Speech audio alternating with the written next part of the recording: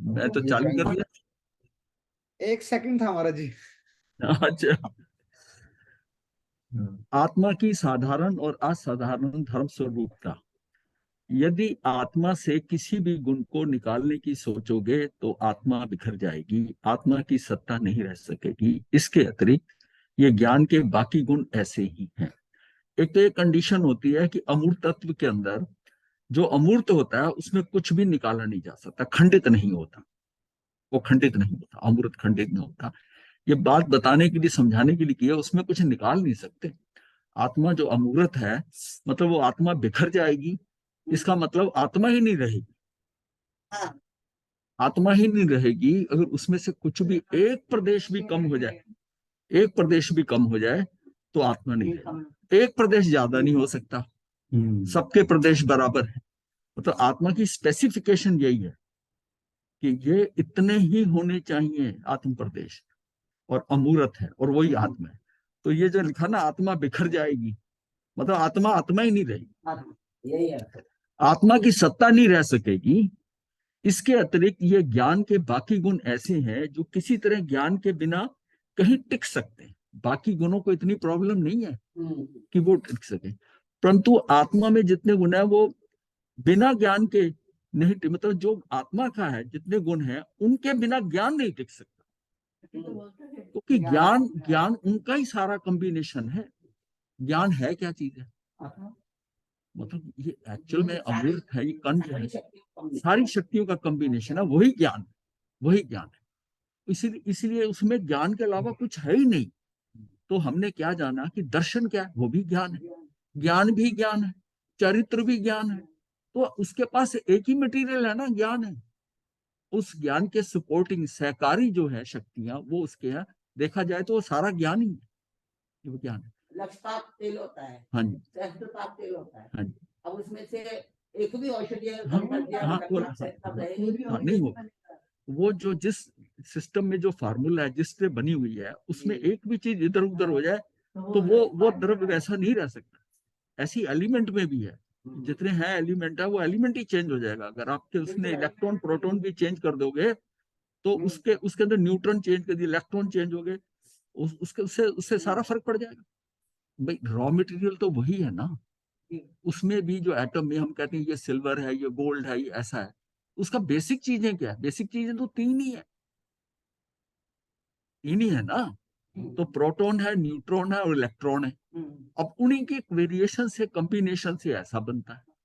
इसी तरह ही हमारी वर्गनाएं थी, 8 वर्गनाएं कि औदारिक वर्गना जो है, वेकरी वर्गना, ये सारी कार्बन शरीर तक उसकी सूक्ष्मता बढ़ रही है, संख्या बढ़ रही है कई गुना, उससे वो चीज अलग हो रही है।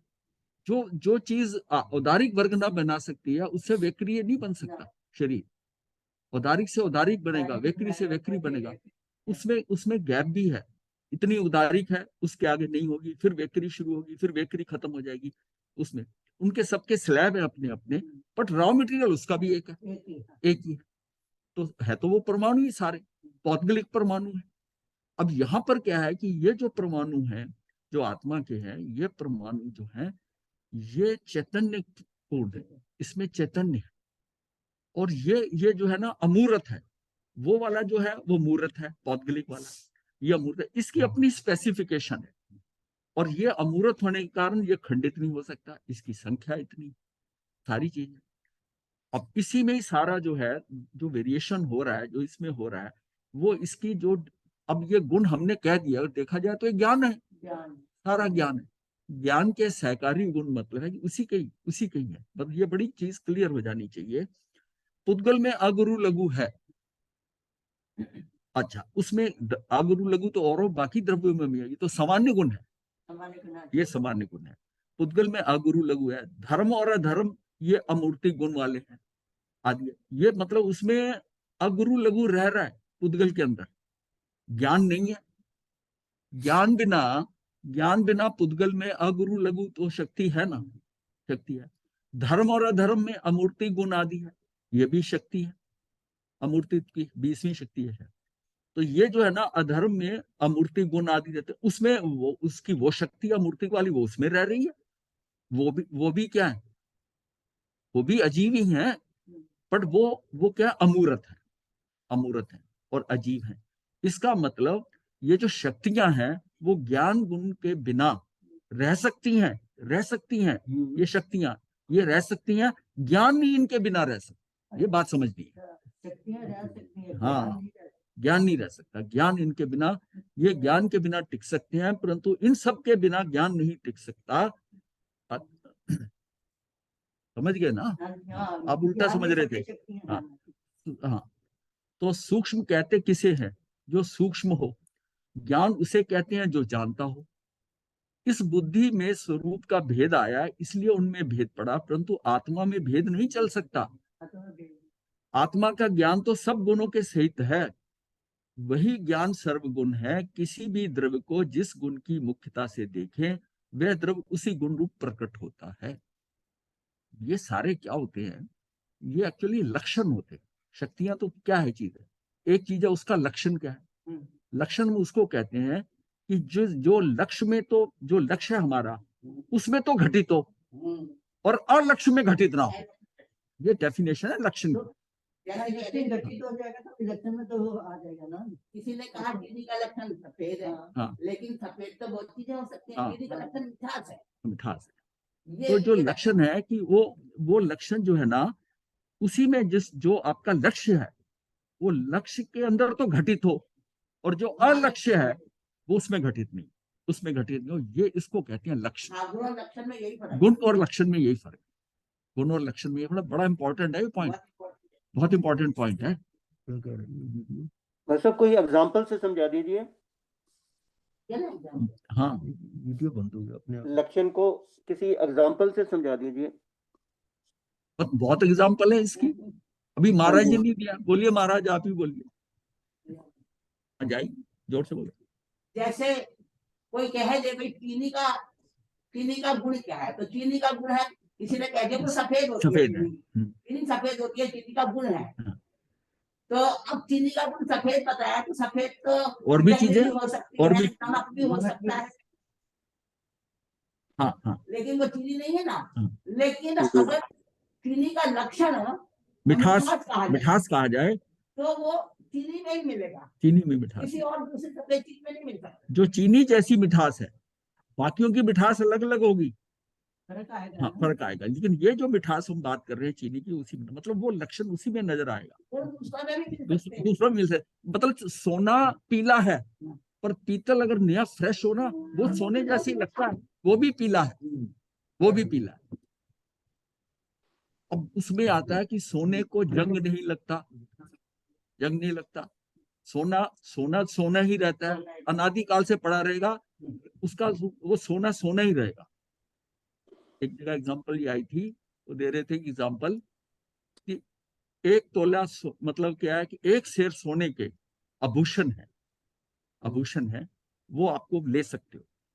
और चॉइस ये दिया है कि 5 शेर जो सोना है पड़ा हुआ, कुछ बना नहीं, अनगढ़ित, उस पर कुछ मैल भी लगी हुई है, तो आप कौन सा लेना पसंद करो?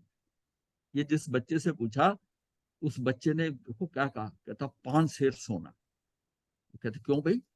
ये तो शुद्ध है, इसके तो आभूषण है, आप पहन सकते हो, सब कर सकते हो, ये तो पूरा पहनने लायक है। सोना को भी गंदा होता है।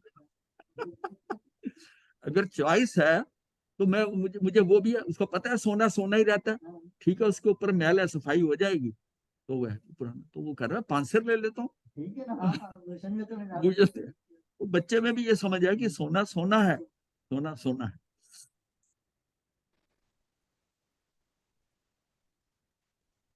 तो आत्मा का ज्ञान गुण तो सब गुणों सहित है। वही ज्ञान सर्वगुण है। किसी भी द्रव्य को जिस गुण की मुख्यता से देखो, वह द्रव्य उसी गुण रूप प्रकट होता है। ऐसे सर्व गुणों का पिंड अभेद रूप आत्मा है। सर्व गुणों का पिंड है ये, पिंड है जो है, ये आत्मा क्या है कि पिंड क्यों कहा जा रहा है इसे? क्योंकि इसमें कुछ भी, ये इसको फिर साथ में क्या कहते हैं, घन पिंड है। ये आत्म प्रदेशों का घन पिंड है। अब यहाँ ये जो घन पिंड होने के कारण इसमें कुछ छिटक नहीं सकता, इसलिए इसको प्रदेश का, आत्म प्रदेश का, इसको आत्मा के परमाणु नहीं का, परमाणु का हैं वो सारे खंड खंड छोटे छोटे परमाणु जैसे पुद्गल के हैं, वैसे ही है, वैसे ही है। उस आत्मा में जब तक ज्ञान अतीन्द्रिय नहीं आएगा, वह ज्ञान उसमें अनादि से चैतन्य सामान्य का संबंध है। मतलब अनादि से उसका संबंध है अतीन्द्रिय से। एक ही ऐसी आत्मा का जो प्रतिनियत है, इतर उन्हीं की सामग्रियों को नहीं खोजता। अपनी अनंत शक्तियों के कारण जो अनंत बन गया, ये जो आत्मा का है, ये सारी अनंत शक्तियों के कारण इसे अनंत ज्ञान का है। अदरवाइज एक नहीं, मतलब इतनों का सहयोग है, इतनी शक्तियों का सहयोग है और उसका सर्वव्यापकता है। ये लोक भी नजर आ रहा है, अलोक भी नजर आ रहा है। इस लोक में ऐसे अनंत लोक हों, वो ज्ञान उसको भी जाने, उसको भी जाने, इतना अनंत है। पर चैतन्य जो है ना, चैतन्य हमारा सामान्य है, ये सामान्य, ये रॉ मटेरियल चैतन्य है, उसकी जो प्रॉपर्टीज वैसी रहेगी। चैतन्य जो है ये सामान्य। अच्छा, यहाँ पर है, वह ज्ञान जब तक आत्मा में नहीं आएगा तब तक अनंत सुख प्राप्त नहीं हो सकता। वह ऐसा अतीन्द्रिय ज्ञान ही अनंत सुख का कारण है। वो अनंत ज्ञान ही अनंत सुख का कारण है, क्योंकि सुख की जो सुख है वो भी ज्ञान में ही अनुभव में आ रहा है, ज्ञान के कारण अनुभव में आ रहा है। लेकिन ये समझिए, मापक जो है ना उस ज्ञान का, वो सुख है। मापक सुख है, लेकिन मापक ज्ञान- सुख है कि ज्ञान, मुझे कितना ज्ञान हुआ एक ऐसा नहीं, पर उसका उतना ही सुख मेरे में आएगा जब है। और फिर जब ये सुख अव्ययबाद सुख है, इसका मतलब अनंत ज्ञान हो गया, उसमें कोई गैप नहीं, कोई कुछ नहीं, वो सुख लगातार चल रहा, वो सुख लगातार चल रहा।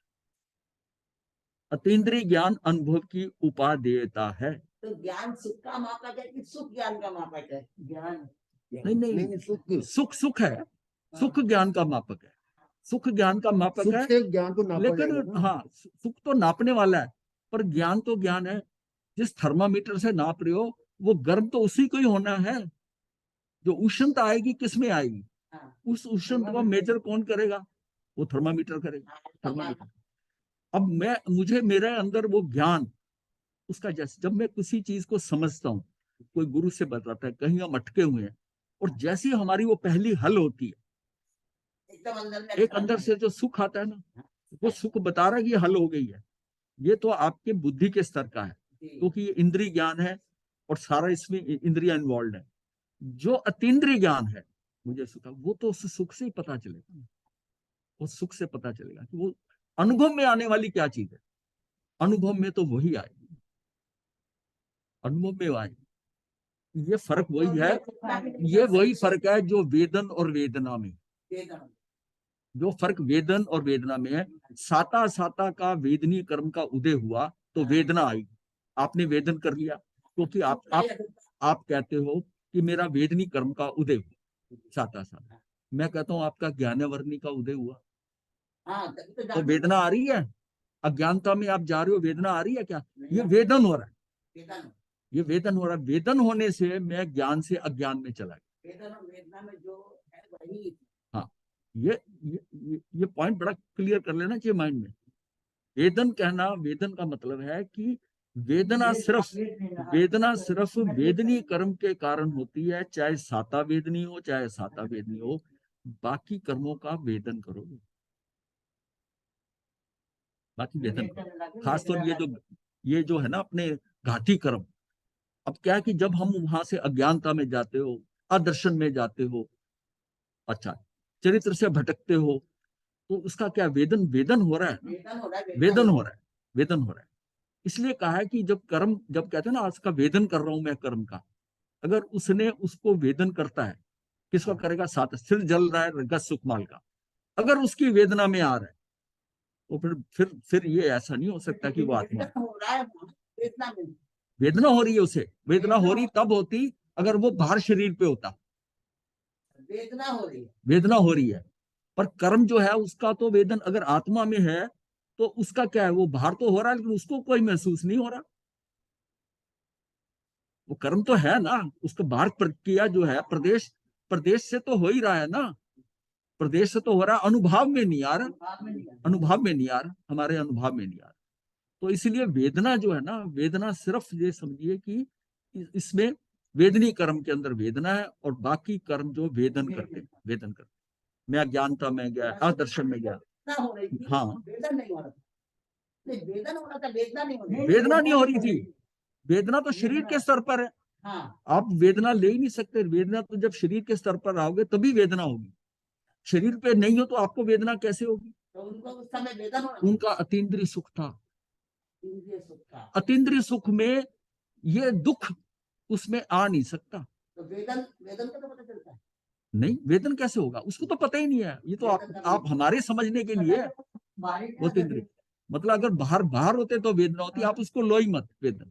वो अतीन्द्रिय में कुछ पेनिट्रेशन है नहीं, पुद्गल का कुछ भी नहीं जाएगा। वो मैं कहता हूँ ना कि कर्मों की कोई घुसपैठ नहीं है, ना तो नवीन कर्म बन रहा है। मतलब इतनी जबरदस्त फिलॉसफी है ये कि इसको अगर समझ में आ जाए कि मैं अगर अपनी आत्मा में जाता हूं तो मेरा नवीन कर्म बनता नहीं, और क्योंकि मैं पुराने कर्म का वेदना नहीं होती, मुझे वेदना नहीं हुई, तो मैं रिएक्शन क्यों करता हूं, रिएक्शन करता हूं। इसीलिए सबसे ज्यादा जो है ना कि तू सेफेस्ट पॉइंट है कि आत्मा का, इसमें हमारी कितना क्षण हम रह सकते हैं, यही हमारा अभ्यास है। ये हमने कितना करना है कि हम आत्मा में ज्यादा से ज्यादा रहें। हम ज्यादा रह नहीं पाते, और रह क्यों नहीं पाते, कर्मों की स्थिति ऐसी है कि टिकाव नहीं। ये कल्पना भी नहीं कर सकते हाँ कि अतीन्द्रिय ज्ञान और अतीन्द्रिय सुख इस शरीर से इंद्रियों तो शरीर में बैठे हैं ना, हाँ तो वो कैसे होता होगा। अतीन्द्रिय ज्ञान सुख जो महसूस होता है, तो वहाँ शरीर तो है वहां की, हाँ तो हाँ हम है। तो कल्पना भी नहीं कर सकते इस चीज की कैसा होता होगा। नहीं, पर जिस समय आपको सम्यक दर्शन होता है तो मैं उस दर्शन में तब उस समय महसूस करने की स्थिति रहती है, महसूस तो जानने की स्थिति रहती है। ना ना ना, जानना जानना दोनों साथ वो में भी चलते सुख हैं। साथ में हो रहा है, सुख हो रहा है, और ऐसा सुख हो रहा है कि आप सोचोगे ये सुख है कौन सा जो आज तक नहीं दिया। तो मतलब उसमें संकल्प विकल्प में वैसे खुल जाती है, जाति नहीं है, आपके अनुभव में आता है, सुख आता है, अनुभव में आता है, सुख अनुभव में आता है, अनुभव में आता है सुख, अनुभव में आता है। मैं अभी तक यही नहीं समझ पाई कि जानना और जांचना एक साथ नहीं हो सकता, कैसे होगा। जांचना नहीं, आप जांच नहीं रहे हैं, उसमें तो आप कुछ कर ही नहीं रहे हैं, निर्विकल्प है, आप कुछ नहीं कर रहे हैं। कैसे चलेगा कि हो रहा है कि हो रहा है, ये मेरा प्रश्न। वही तो बात है, सुख उसका उस ज्ञान में है। जिस टाइम उसको सम्य ज्ञान हो रहा है, ज्ञान में आएगा क्यों नहीं, तब होगा, पता लग जाएगा, पता लग जाएगा। ऐसे बताने के लिए होगा। हाँ, वो करना वो ऐसे नहीं किया जा सकता, पर ये जरूर है कि वैसा सुख आपने कभी नहीं पाया। वो जो होते को आप कहते हो वो होता नहीं है, जो होना चाहिए वो नहीं होता। कुछ आप होता है, कुछ होता है वो बड़ा मामूली सा होता है। जिसकी मैं बात कर रहा हूँ ना, वो ऐसा होगा कि आपके मुंह से पानी टपकेगा, आप याद करोगे कि ये कहीं से दोबारा आए। ये कैसा सुख है, ये आप बताया नहीं जा सकता। ये बिल्कुल वो सुख है जैसे ना, जिसको सिद्ध निरंतर लेते हैं, सुख लेते हैं, उसकी झलक होती है, उसकी झलक होती है। इसमें ज्यादा चक्कर में मत पड़ो, ये चीजों में चक्कर में पड़ोगे ना, कहीं पे आया, ये हो गया, वो विकल्प आएंगे। मतलब होता है, अब पढ़ा है लिखा है सब है, और जो एक्सपीरियंस कर ले एक बार तो फिर पता चल जाता है कि ये क्या है। निरपेक्ष रहो, हाँ, निरपेक्ष रहो, कोई अपेक्षा नहीं, सब अपने समय पे मिलना है। निरपेक्ष में सुख है। लेकिन अंदर में कुतूहल तो होता है, कुतूहल इसलिए होता जिज्ञासा तो होती है उसको जानने की। तो वो निरपेक्ष हुए बिना ये सुख नहीं है, मैं आएगा। कह रहा हूं निरपेक्ष भी नहीं।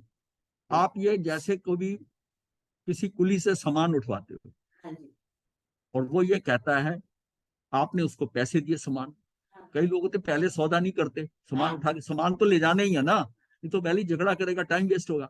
वहां सामान उसने लेके उसको बाहर ले आया स्टेशन प्लेटफॉर्म से, अब उसको पैसे दे रहे हो, मान लिया आपने 50 रुपए दिए, वो कहता नहीं मुझे तो 100 ले। हाँ, आप कहते मैं नहीं देने, सॉरी, कहता बाबूजी रखो इसको, 50 भी आप रखो, कोई बात नहीं।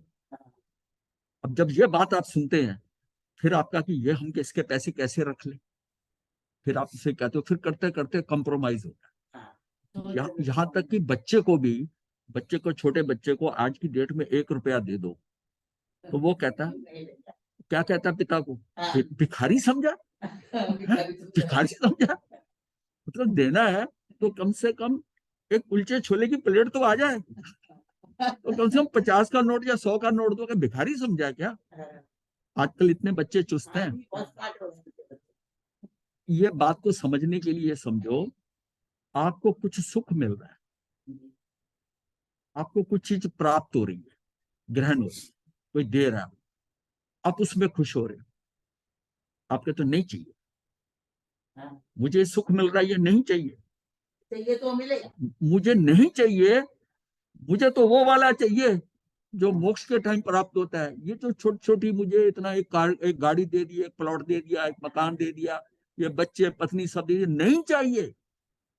अगर देना ही है तो वो दो, फिर मिलता है, फिर मिलता है, फिर मिलता है। आप जो अगर उस कुली को जितने पैसे दिए वो लेके चला गया, उतने में संतुष्ट हो गया, तो वहां का तो वो प्राप्ति कैसे करेगा?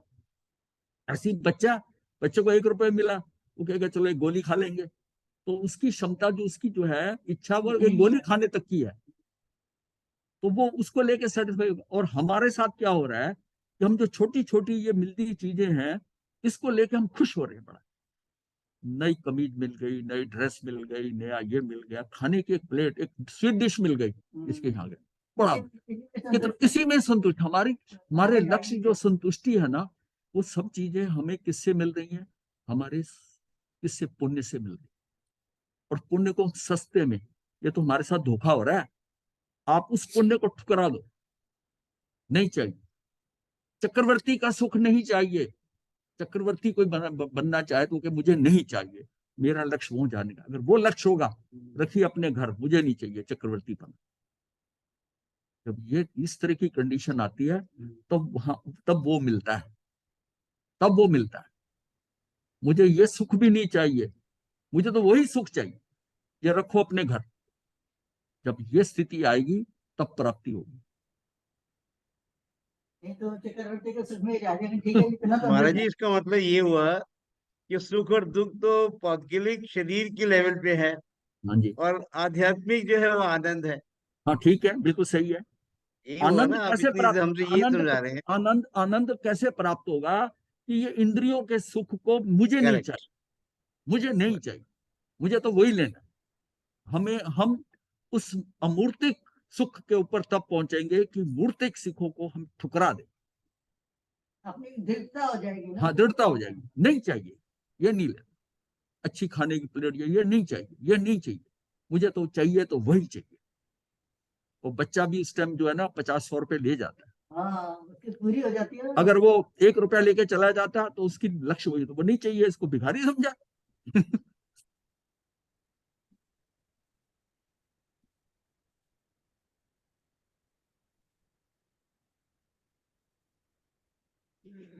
अतीन्द्रिय ज्ञान अनुभव की उपाय देता है, अतीन्द्रिय सुख इंद्रिय ज्ञान में नहीं आ सकता।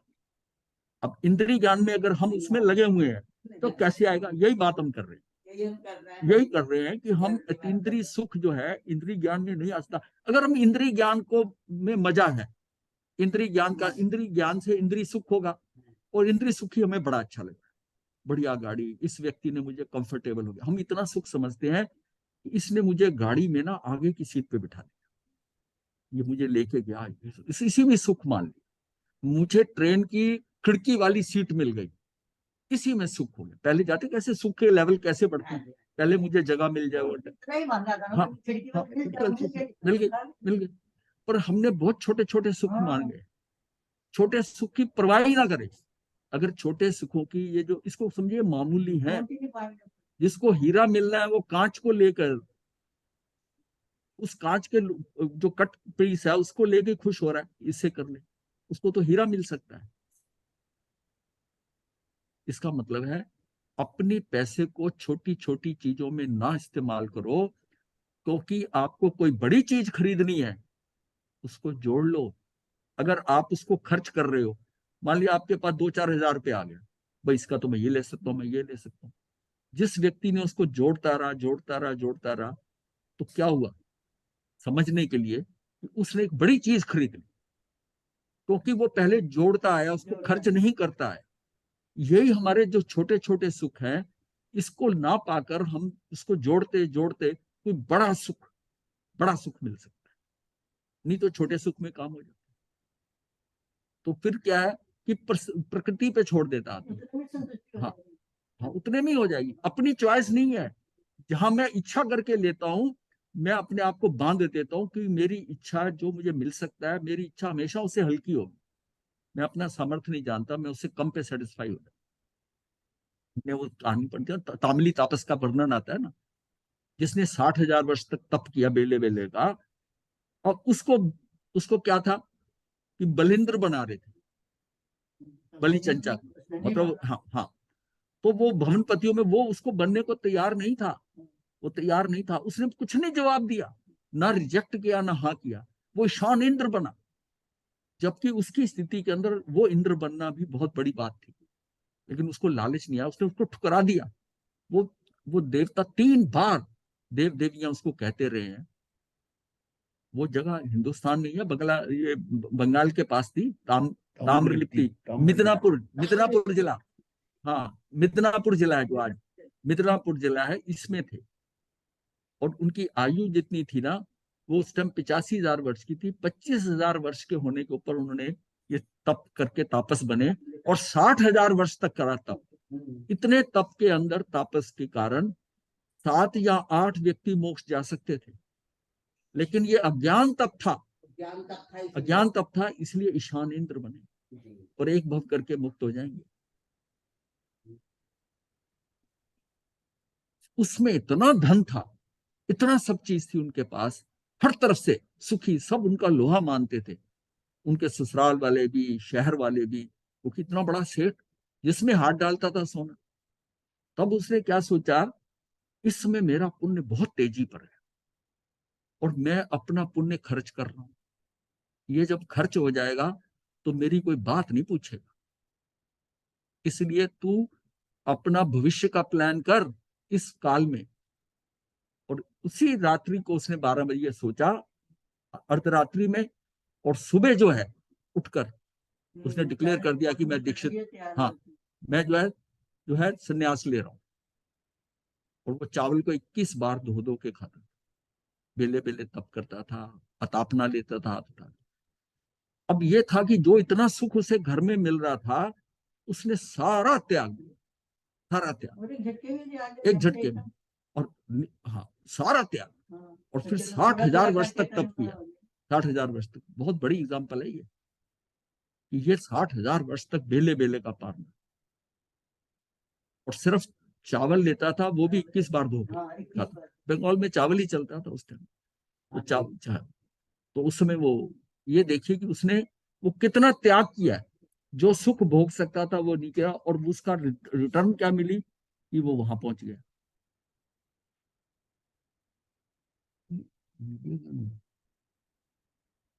हाँ, 40,000 वर्ष के थे उस समय, नहीं 25,000 वर्ष के 25,000 वर्ष के थे जब उन्होंने डिसीजन लिया। युवा यानी समझ लो, जिसकी आयु 85,000 वर्ष टोटल थी, उसमें 25,000 वर्ष, हाँ हाँ, 60,000 पड़े थे, छोड़ दिया। सेहत भी ठीक है, सब कुछ ठीक है। ये मैं अपना, अगर मैं ये सुख भोगता रहा, मेरा पुण्य मतलब है जलेगा, मोमबत्ती जैसे है ना, साबुत है, वो धीरे धीरे उसको पता है कि नीचे आ रही है, खत्म हो जाएगी मोमबत्ती, और एक दिन वो बुझ जाएगी। क्योंकि हमें जो प्राप्तियां हो रही हैं, ये हमारी किस कॉस्ट पे हो रही हैं, कि हमारा पुण्य है, और उस पुण्य को हम कंज्यूम करते जा रहे हैं और बड़े खुश हो रहे हैं। वो कंज्यूम हो रहा है मेरा पुण्य, जैसे क्रेडिट कार्ड में से पैसे जा रहे हैं, इस तरह वो जा रहा है, वो जा रहा है, वो जा रहा है। और लेकिन अगर मैं उसको खर्च करना बंद कर दूं, खर्च करना बंद कर दूं, तो वो आपके क्रेडिट बढ़ते रह जाएंगे। उससे कोई बड़ी चीज खरीद सकते हो, बड़ी चीज जो मिलनी होगी मिल जाएगी, उसमें भी आपने इच्छा नहीं करनी, उसमें भी इच्छा नहीं करनी कि मेरा ये हो जाए। अगर इच्छा कर, देखिए जिन लोगों ने निदान किया है, उन्होंने अपने क्रेडिट कार्ड में बहुत कुछ जमा किया था, फ्री में नहीं मिलता। कोई ऐसी किसी ने कोई तप भी नहीं किया वो निदान कर ले। निदान हमेशा तपस्वी का होता है, उसने तप किया हो, और वो तप के अंदर क्या है कि उसका पात्र ऐसा है नहीं उतने बड़ा है जितना उसने तप कर लिया। वो तप की ऊर्जा उससे संभाली नहीं जा रही। वो पात्र जितना उसने तप कर लिया, उसकी वैसी वस्तुस्थिति वैसी नहीं है, अब वो है, वो कहते हैं ना, अध जल गगरी छलकत जाए, उसकी वो छलक जाती है। और उससे क्या है कि वो तप करने वाला भी निदान करे, और निदान करते ही तेरा जितनी उसकी पड़ा होता है ना, वो सारा उसमें ही आ जाता है, और वो निदान पूरा ही होता है। उसका कितना बड़ा नुकसान होता है कि उसको भुगतना पड़ता है। अब 9 तरह के निदान, हमने निदान जब किया था तब पढ़े थे ना। तो जीव कैसे, इसका मतलब है कि हम यहाँ कहते हैं भौतिकता में कि सुख त्याग में है, भोग में नहीं। अध्यात्म में भी यही है, अध्यात्म में भी यही है कि सुख त्याग में है, भोग में नहीं। जितना जितना आप उसकी अपनी जो सुख सुविधाएं को आप छोड़ते जाओगे, उतना आपके पॉइंट्स एक्युमुलेट होते जाएंगे और कुछ बड़ी चीज मिल सकती। ये चीज अगर समझ में आ जाती है तो इसलिए इंद्रिय सुख जो है ना, इंद्रिय सुख को सुख ही ना समझे कि ये सुख नहीं है। हाँ, तो ये क्या कि अतीन्द्रिय सुख इंद्रिय ज्ञान में नहीं आ सकता। अतीन्द्रिय ज्ञान की दृष्टि से ही अतीन्द्रिय सुख को देख सको तो अनुभव में हो सकेगा। अतीन्द्रिय ज्ञान की दृष्टि में अतीन्द्रिय सुख को, यहाँ पर प्रश्न हुआ कि अतीन्द्रिय सुख अतीन्द्रिय ज्ञान के बिना नहीं होता, ये तो समझ में आया।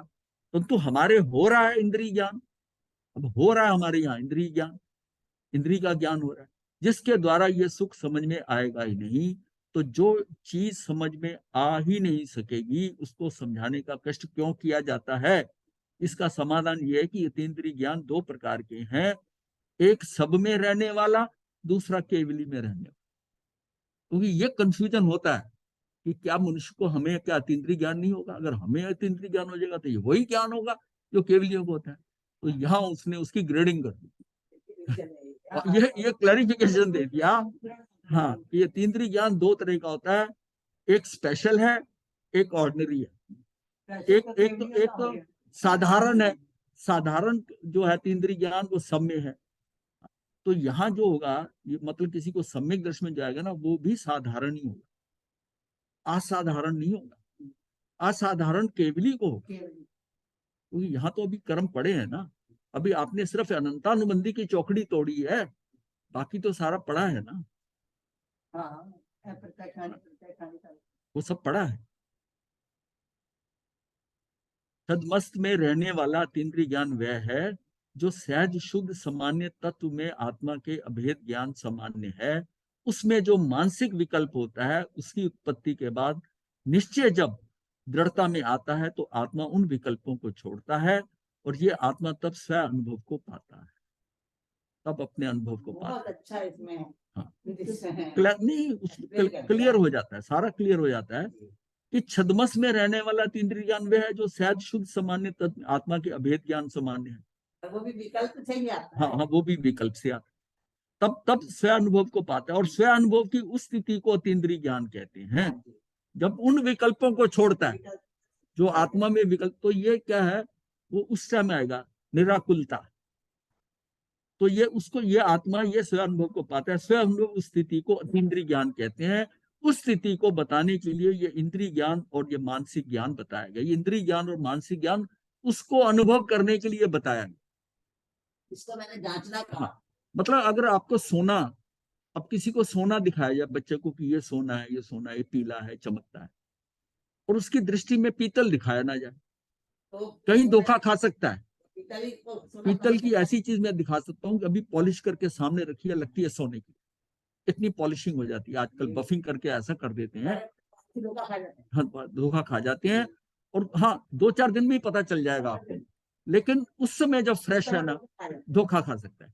इसलिए कहते हैं कि जब हीरे की परख होती है ना, तो सबसे पहले वो जिरकोनियन, वो जो नकली आते हैं हीरे, पहले उसको उसका ज्ञान कराया जाता है। पहले कांच को देखता है, फिर नकली को देखता है, फिर असली की बात बताई जाती है, तब वो कंपैरिजन से समझता है कि ये इनसे डिफरेंट है। नहीं तो हीरा ऐसी, जो हीरे को समझने वाले भी धोखा खा गए हैं कि उनको नकली हीरा कोई दे गया, नकली हीरा। तो इसलिए ये क्या है कि वो कहता है कि ये जो इंद्रिय ज्ञान और मानसिक ज्ञान है, वो उस स्थिति को बताने के लिए बताया गया, क्योंकि ये हम जानते हैं, इसको हम जानते हैं, इससे हम चलेंगे, हाँ, इसी से कंपैरिजन करेंगे कि ये इंद्रिय ज्ञान है, ये मानसिक ज्ञान है। जैसे शास्त्रों का पढ़ना शास्त्रों को भूलने के लिए ही होता है, उनमें विकल्प जो किया उसकी सफलता उस विकल्प के त्याग में ही है। यहां कोई कहे कि जब निर्विकल्प अवस्था की बात है, यानी कि विकल्पों को छोड़ना ही है, फिर शास्त्र विकल्प से लाभ ही क्या? तो भाई शास्त्रों के विकल्प इस निर्विकल्प अवस्था को पाने के लिए ही किया है। उस निर्विकल्प अवस्था को कैसे पाओगे अगर आप नहीं जानते कि विकल्प क्या है? अब हम जब बात करते हैं कि निर्विकल्प हो जाओ, और किसी को उसका मीनिंग नहीं पता, कुछ नहीं, अगर कहो कि संकल्प से पता है, संकल्प विकल्प, भाई ये नहीं हो तो निर्विकल्प हुआ। मतलब जब तक आप आकुल व्याकुल हो तो निराकुल कैसे होगे? निराकुल कैसे होंगे? ये नहीं हो तो ये हो जाओगे। तो कई बार क्या होता है कि दो चीजों को बताने के लिए उसकी विपरीतता को उसके समक्ष रख दिया जाता है। विरोधी का परिचय देना जरूरी हाँ, होता है। जरूरी होता है। हाँ, विरोधी के परिचय के बिना अपना लक्ष्य नहीं नहीं बता याद होता। जब स्कूल में पढ़ते थे ना, वो प्रिंसिपल और प्रिंसिपल, PLE और PAL, तो प्रिंसिपल जो है उसमें आप ये पहले जब लिखाया जाता ना, एप्लीकेशन, छुट्टी की एप्लीकेशन लिखनी है, उसमें पहली गलती ये होती थी, और फिर टीचर समझाया कि ये प्रिंसिपल PAL है। हाँ तो क्या दोनों चीजें समझाएंगे तो याद रहेगा, याद रहेगा, तो याद रहेगा। तो हमारे यहाँ जो था ना, इसीलिए हम दीन का समझाते समय अदीन का परिचय देते तो हाँ, बच्चे को समझा रहे थे, उसको समझ नहीं आती, वो बार बार गलती करे। मैंने कहा देखो ऐसा है, PAL, इसमें A है, A होता है ना अध्यापक वाला। कहता हाँ। मैंने कहा ये समझो जो प्रिंसिपल है ना वो अध्यापक से ही बना है, वो अध्यापक से बना है, अध्यापक का A ले लो, इसलिए भूल नहीं होगी। तो फिर उसने गलती नहीं की, फिर गलती नहीं की कि पल के अंदर अ है, जो A है उसको A जो है अध्यापक का है, इसलिए इसको प्रिंसिपल में लगाना है। कोई कंफ्यूजन नहीं, कोई कंफ्यूजन नहीं। तो ये जो होती है ना, ये साथ में ये चीजें बताई जाती हैं, जैसे दोनों को वो पक्का कर देते हैं, दोनों चीजें। पीतल दिखा दिखाकर उसको सोने की और क्वालिटी, उसको निखार आ जाता है, निखार है। अब जब सुनार कहता है कि ये कितना सोना है, इसमें कितना खोट है, उसको शुरू में ट्रेनिंग में डिफरेंट खोट के सोने का पीला रंग का दिखाया, उसके पीले की वेरिएशन से वो कहता है कि इसमें इतना परसेंटेज खोट है, देख के बता देता है। तो उसको सारी वेरिएशन देखनी पड़ेगी ना। ये हमारा सूक्ष्म ज्ञान में आ जाता है। ये सारा है कि हमको ये ऐसे नजर आ रहा है, ऐसे नजर आ रहा है। वो सूक्ष्मता पकड़ में आएगी तब जब हम उतनी गहराई से, और सूक्ष्मता कैसे आती है? ये अभ्यास से आएगी, अभ्यास से अभ्यास से आएगी। तो आता है ना पारिणामिक बुद्धि, हाँ, चार बुद्धि वो अभ्यास से आएगी कि ये वाला पीला इसमें इतना खोटा है, ये वाला इतना, उसको देखते देखते उसको फिर कोई भी सोना लेके आएगा, उसका आभूषण लेके आएगा, इसमें तो 20% खोट है। वो कहते नहीं, हमने जब बनाया था हमने तो पैसे 10% खोट के हिसाब से दिए। बोला आप ठीक है, इसको गला देते हैं, आपको दिखा देते हैं।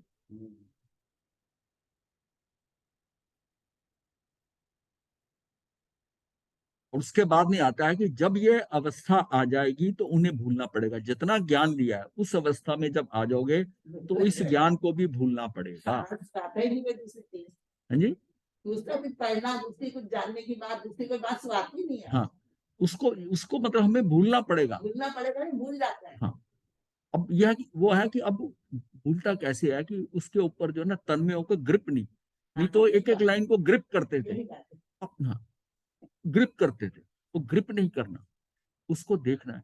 इसलिए जैसा ये होता है ना कि कई बार क्या चीज है, अब जिसका ध्यान अब समुद्र की लहरों पे है, वो समुद्र की विशालता नहीं देख पाता, नहीं देख पाएगा, एक ही तरफ रहेगा। एक ही तरफ देगा। आप किसी चीज में एक एक लहर बड़ी बारीकी से देखना शुरू कर दो तो आप उस लहरों तक ही उनके अंदर वो देखते रहोगे।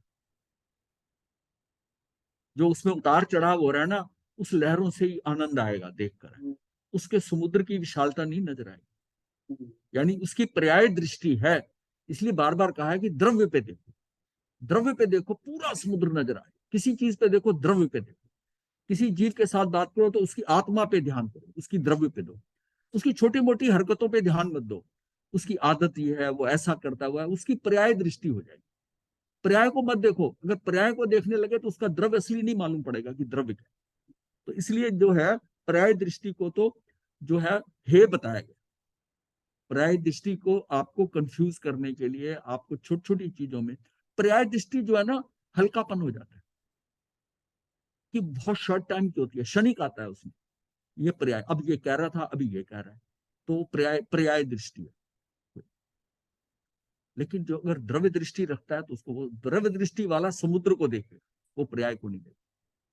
इसलिए जो आत्मा के स्तर पे देखता है और जो ये गुण है, गुण शक्तियों में ये जो भेद रूप देख रहा है, उसको भेद करके देख रहा है, वो आत्मा को नहीं देख पाता।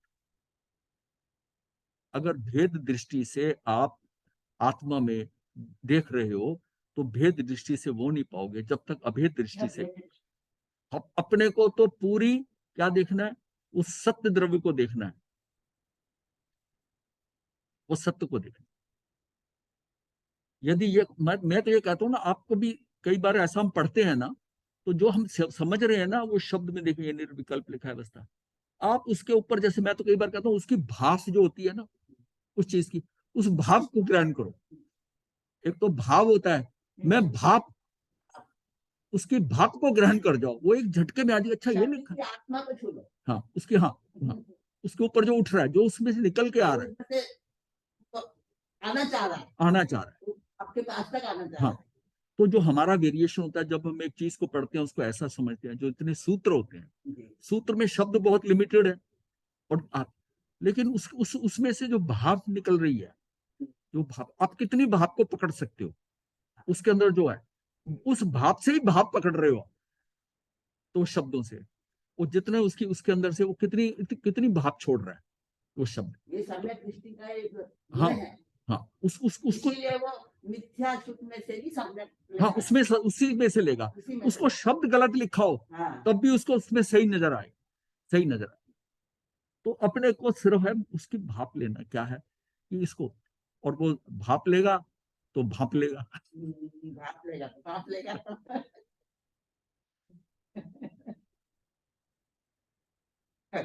हाँ? आदमी शब्दों में शिल्पी बनते जा रहे हैं। ऐसे मुझे कहते हैं, मुझे हिंदी आती नहीं। मुझे हिंदी कहाँ आती है? अरे शब्दों का प्रोनाउंसिएशन नहीं आता, उच्चारण गलती करता हूँ, पर मैं उच्चारण पे कभी देखा ही नहीं, ध्यान ही नहीं दिया मैंने कभी। कोई बताता है तो मुझे समझ में आती, हाँ ये ऐसा है, मैं तो उसको उसको अपने ढंग से ले रहा हूँ। तो उसमें तो शास्त्रों को पढ़ने से लाभ ही क्या, परंतु ऐसा किए बिना, पर दोनों चीजें आनी चाहिए, दोनों आनी चाहिए। देखो मैं इसमें ये नहीं कह रहा कि उसको छोड़ना चाहिए, दोनों आनी चाहिए, परंतु ऐसा किए बिना वह निर्विकल्प अवस्था पाओगे कैसे? इस प्रकार इंद्रिय ज्ञान के द्वारा इतने विकल्पों को पैदा करने के बाद निर्विकल्प अवस्था को पाने वाले अतीन्द्रिय सुख को भी समझ सकते हैं।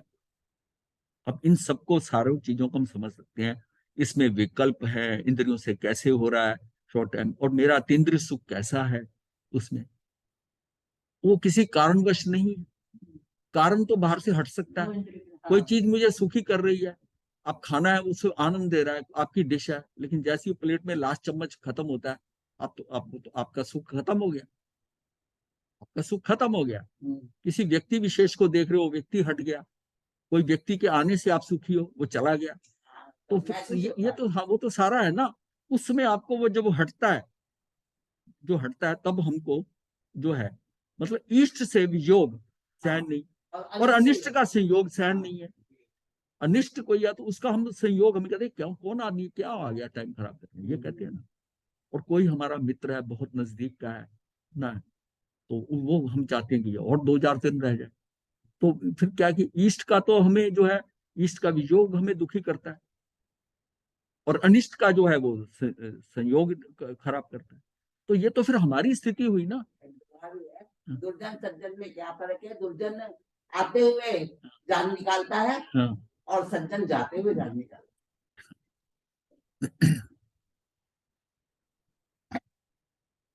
अतीन्द्रिय ज्ञान के निरूपण उपरांत इंद्रिय ज्ञान का हेत या निरूपण, हे के हिसाब से, तो हमने जाना कि अतीन्द्रिय सुख का साधन अतीन्द्रिय ज्ञान है, और बात भी है यही है कि जैसा ज्ञान होगा उसी विषय उसी शैली का सुख होता है।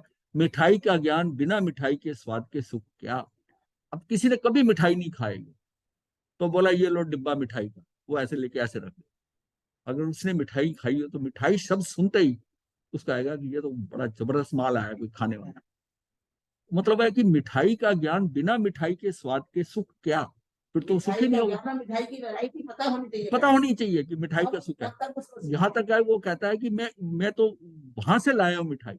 जैसे दिल्ली में कोई बर्फी लाता है तो वो कहता है ये स्टैंडर्ड की बर्फी है, स्टैंडर्ड एक हलवाई है तो उसकी बर्फी का ब्रांड चला होता है। हाँ जी। अच्छा तो वो कहता है एक तो होता है मिठाई होता है, वो कहता है शायद मेरठ के खोए की बनी है, कहते इधर रख दो। हम्म, वो कहता नहीं ये स्टैंडर्ड हलवाई की मिठाई, डब्बा देखे ना स्टैंडर्ड का, तो इसका मतलब है कि ये चीज बढ़िया है, बढ़िया। तो तीन्द्रिय ज्ञान से तीन्द्रिय सुख होता है, और तीन्द्रिय ज्ञान से तीन्द्रिय सुख, हाँ मतलब इंद्रिय ज्ञान से इंद्रिय सुख हो गया, अतीन्द्रिय ज्ञान से अतीन्द्रिय सुख होता है। जैसी ज्ञान की प्रशंसा है वैसी सुख की प्रशंसा है, जो सुख की प्रशंसा है वही ज्ञान की प्रशंसा है। ज्ञान और सुख में इसी तरह का भाईचारा है। ये 2-3 जगह बार बार इसको इसी चीज को जोड़ दिया है कि ये अंदर पक्का हो जाए, इस जीव को अनादि काल से जो इंद्रिय ज्ञान रहा है वह अब नहीं चाहिए। अब यहाँ पर उसका रेजोल्यूशन होता है कि मुझे इंद्रिय ज्ञान जो है ना ये नहीं चाहिए, इंद्रिय ज्ञान नहीं चाहिए। अब 5 इंद्रियों के विषयों में जो सुख आते हैं वह नहीं चाहिए। इंद्रिय ज्ञान जो अतीन्द्रिय ज्ञान का विपक्ष है, वो इंद्रिय ज्ञान जो है वो हेय है, उस इंद्रिय ज्ञान की निंदा करते हैं। ये अब 55वीं गाथा के अनुसार इंद्रिय ज्ञान का स्वरूप बताया है। इसमें केवल इंद्रिय ज्ञान की ही निंदा नहीं अपितु इंद्रिय सुख की निंदा पहले की है।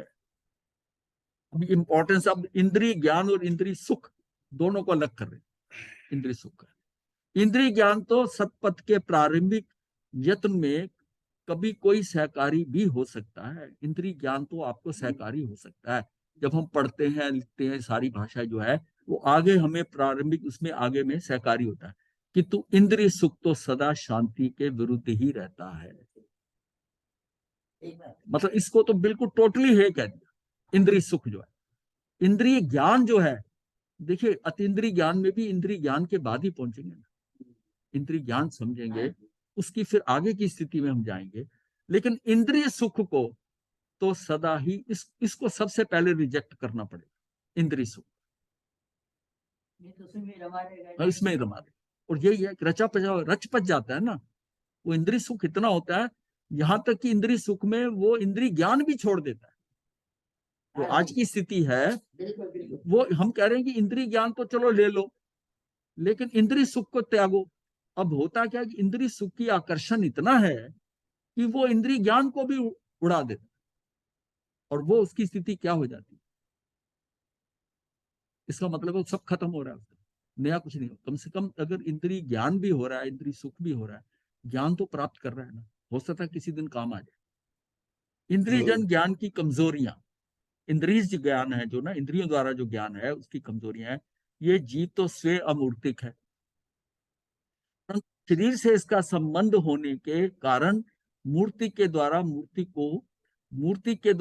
को ही जानता है।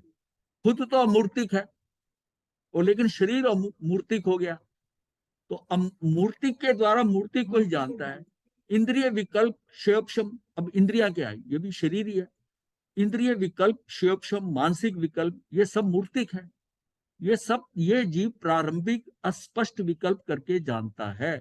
प्रारंभिक अस्पष्ट विकल्प कैसे होगा, इया वगैरह होती है ना, जब अवग्रे इया, वो अभी क्या है कि वो अस्पष्ट होता है ज्ञान, स्पष्ट विकल्प करके जानता, और योग्य को जानता है जो सामने पड़ा या स्थूल है ऐसी चीज को जानता है अथवा नहीं भी जानता।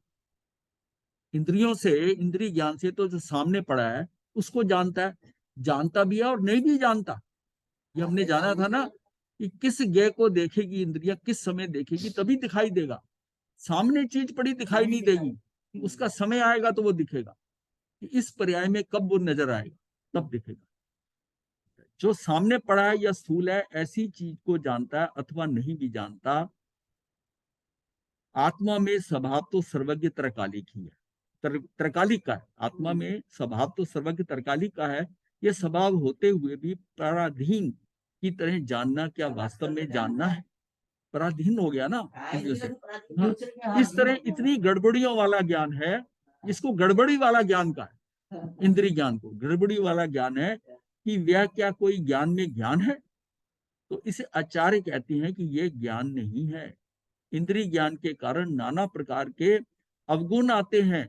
ये ज्ञान पराधीन होने से अवग्रह आदि, वो आ गया ना, अवग्रह या अवाय धारणा आदि क्रम से ज्ञान हुआ है। जहां इंद्रिय ज्ञान होता है, इसके निमित्त राग द्वेष आदि भाव भी साथ चलते हैं इंद्रिय ज्ञान के साथ, क्योंकि साथ में जब इंद्रियों का ज्ञान है तो साथ में जो है इष्ट निष्ठ मनोज्ञ अमनोज्ञ तो साथ साथ चलेंगे। राग ही सारी चला, ये क्या है यहाँ पर है, यदि हाँ भाव चला है करते, देखने में आंख का तो दोष नहीं होता, यदि दुर्भाव हो तो वहां राग भाव का ही दोष होता है।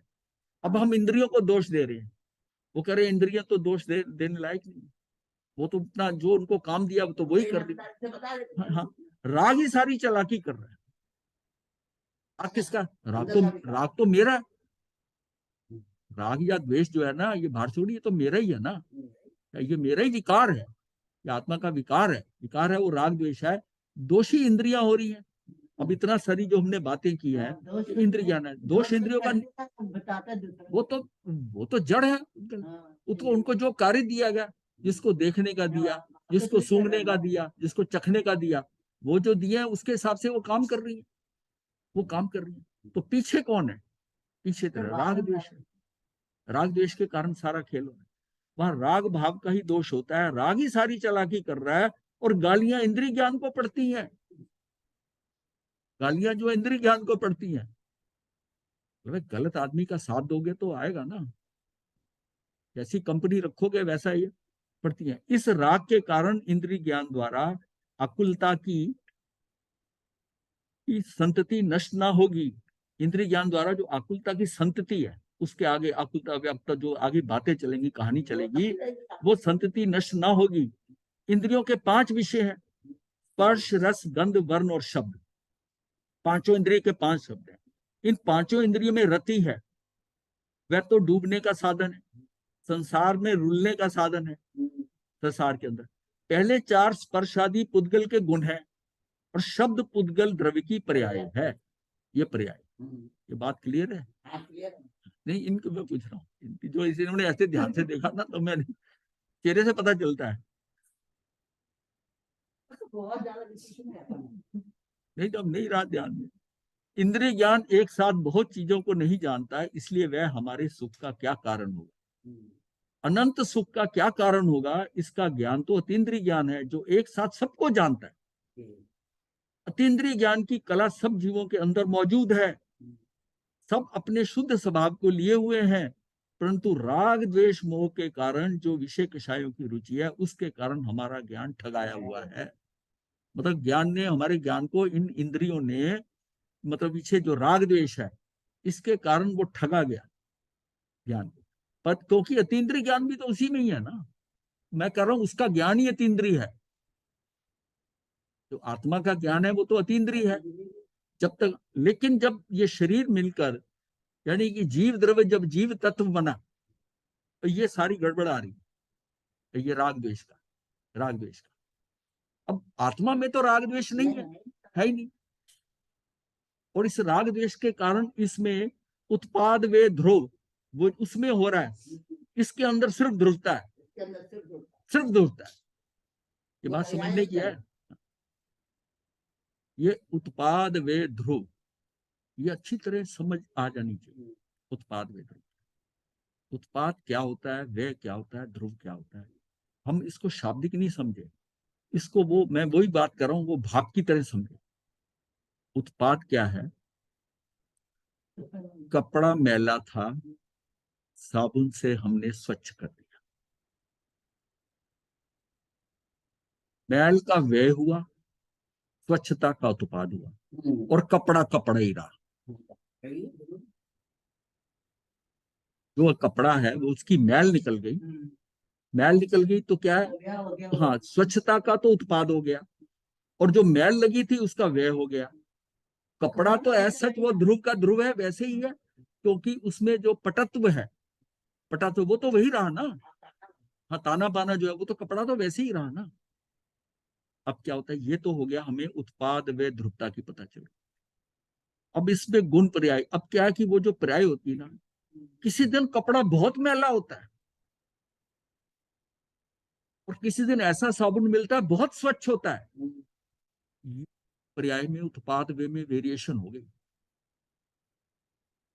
सारा पर्याय में हो मतलब रहा सारी चीजें होनी। अब जब कभी हमारे से गड़बड़ होती है, वो जो पर्याय आ रही है, कहीं हमारी छोटी सी गलती होती है उस पर्याय के कारण, अशुद्धता के कारण, इसमें मतलब थोड़ा मैल है, कभी बहुत ज्यादा मैल वाली आ जाएगी, बहुत गलती कर देंगे, कभी हम कुछ ऐसा व्यक्ति मिल जाएगा वो अति स्वच्छ हो जाएगा हमारा, कभी कम स्वच्छ होगा, ये वेरिएशन भी हो रही है, मैला भी हो रहा है, स्वच्छ भी हो रहा है, और कपड़ा कपड़ा ही है। ये है उत्पाद वे ध्रुव।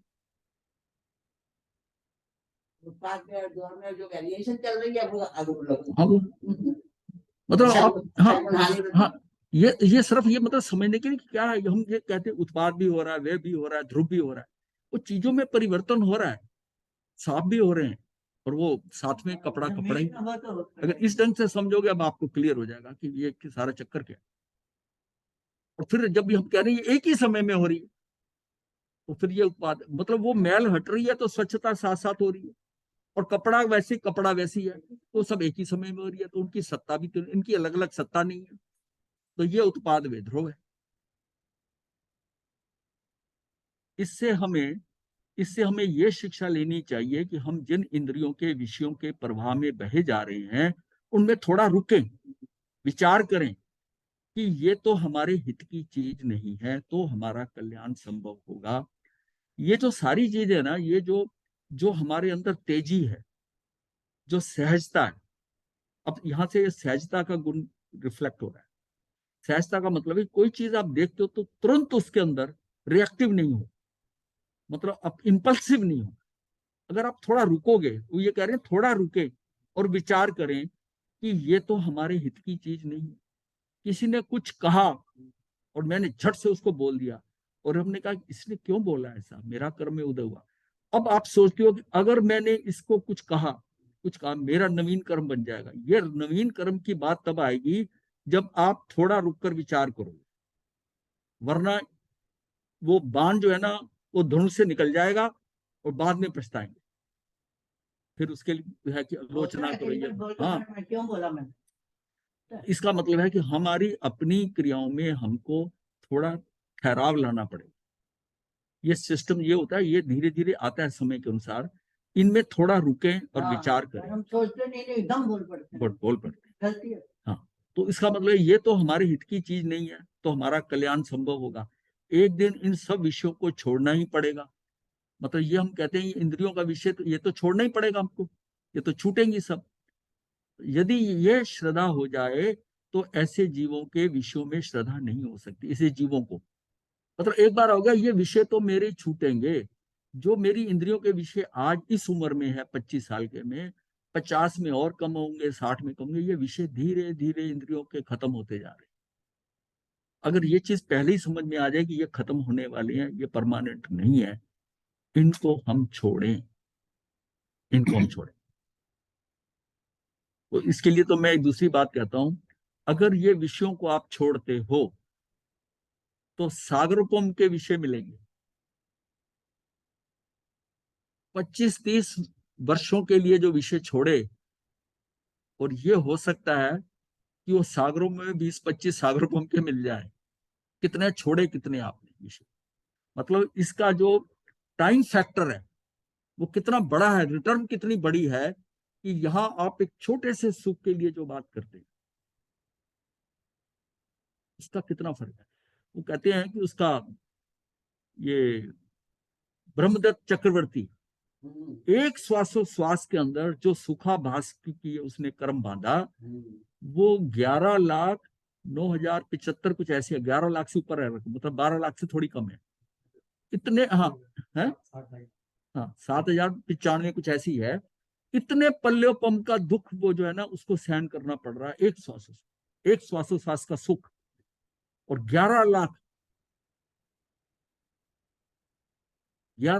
जो है तो करीब करीब 12 लाख के करीब है। तो इतना उसको इतने पल्योपम का दुख सहना पड़ेगा। इसका मतलब ऐसा सुख के लिए जिसकी दुख इतने पल्योपम का दुख है। 700 साल की उम्र थी, 700 साल की उम्र थी, 33 सागरों पर 33 सागरों में फंसेगा, वो हिसाब सीधा ले लो। वो उन्होंने कैलकुलेट किया हुआ है। 700 साल में जो सुख भोगा, हाँ। वो 33 साल रुपए में उसको भोगना पड़े। मल्टीप्लाई हो गया, कहाँ साल और कहाँ साल रुपए में। ये इसका वर्णन उन्होंने उसमें दिया है, वो उनका है ना दिगंबर संत उनके, जिसमें माटी, विद्यासागर जी, विद्यासागर जी के उसमें ये वर्णन आता है। विद्यासागर जी एक इसमें माटी की नहीं, उसके साथ एक किताब आई थी, उसमें बिल्कुल क्लियरली लिखा है विद्यासागर। पार्टी में तो नहीं है। मुख माटी में नहीं है, शायद मुख माटी के साथ ही पड़ी थी वो। हाँ। वो उसके ऊपर ज्ञान, उसका भाग है, एक या दो कुछ उपदेश है ऐसे, उसमें ये वर्णन आता है इसका।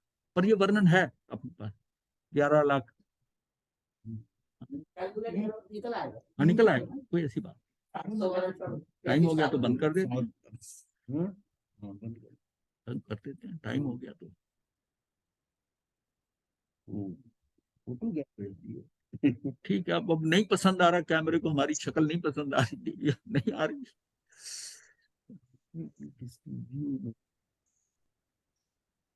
बटन बटन तो हमको दबाया नहीं है। चलो ठीक है, चलो करो बात, अब करते रहो। हाँ।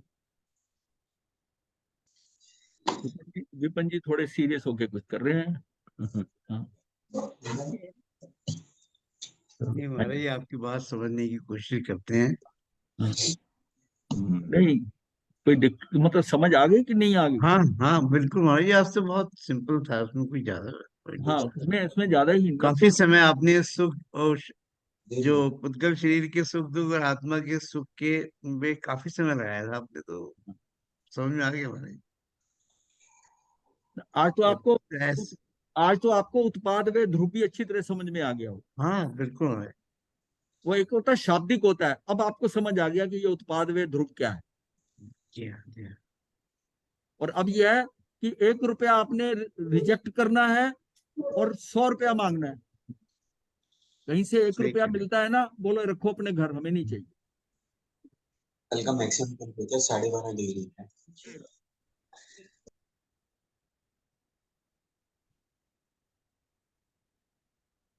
नितिन जी कहेंगे रुपया भी पकड़ लो, 100 भी मांगो, तो नितिन जी हाँ? ऐसा हो नहीं सकता ना महाराज। ये इनका नहीं है, वो कल्चर वहां का ऐसे ही है। अब तो यहाँ भी कौन सा कम है, सब लोग पैसे के पीछे पड़े हैं, वहां तो था ही बाहर का, विदेशों में। लेकिन गुरुदेव की हाँ जी गुरुदेव। नमो अरिहंताय नमो सिद्धाय नमो वैद्याय सब साहुनम एस पंच नमोकार सब पापना सर्व मंगलान सर्व सिंह पढ़ मंगलम चतारि मंगलम अरिहंता मंगलम सिद्धा मंगलम साहु मंगलम केवली पनतो धम्मो मंगलम चतारि लोगोत्तमा अरिहंता लोगोत्तमा सिद्धा लोगोत्तमा साहु लोगोत्तमा केवली पनतो धम्मो लोगोत्तमा चतारि शरणं प्रवज्यामि अरिहंते शरणं प्रवज्यामि सिद्धे शरणं प्रवज्यामि साहु शरणं प्रवज्यामि केवली पनत्तम धम्मम शरणं प्रवज्यामि अरिहंता जी का शरण सिद्धा जी का शरण साधुओं का शरण केवली कृपया धर्म का शरण चार शरण सुख करने मंगल करने सदा हे मंगल सदा हे हाँ जी। Matin. हाँ जी, हाँ जी।